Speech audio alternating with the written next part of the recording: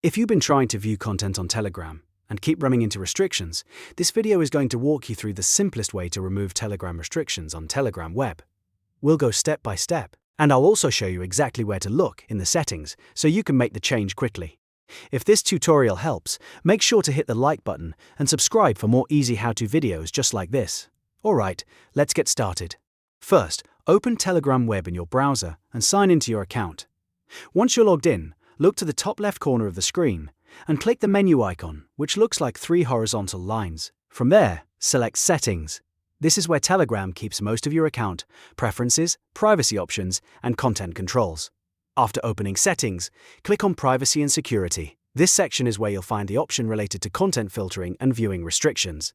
Now scroll down until you find the Sensitive Content section.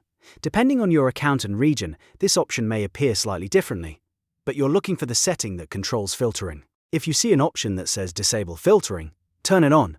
This tells Telegram web to stop filtering sensitive content, which can remove some of the viewing restrictions you are experiencing. If the option is not available, that usually means Telegram may not be offering it for your account or location, so the setting itself may be hidden.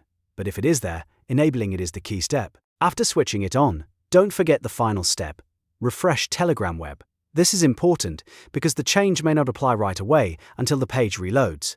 Once the refresh finishes, check your chats and content again to see the updated result. And that's it. You've now gone through the basic steps to remove Telegram restrictions on Telegram web. It only takes a minute, but it can make a big difference if you want a less filtered experience.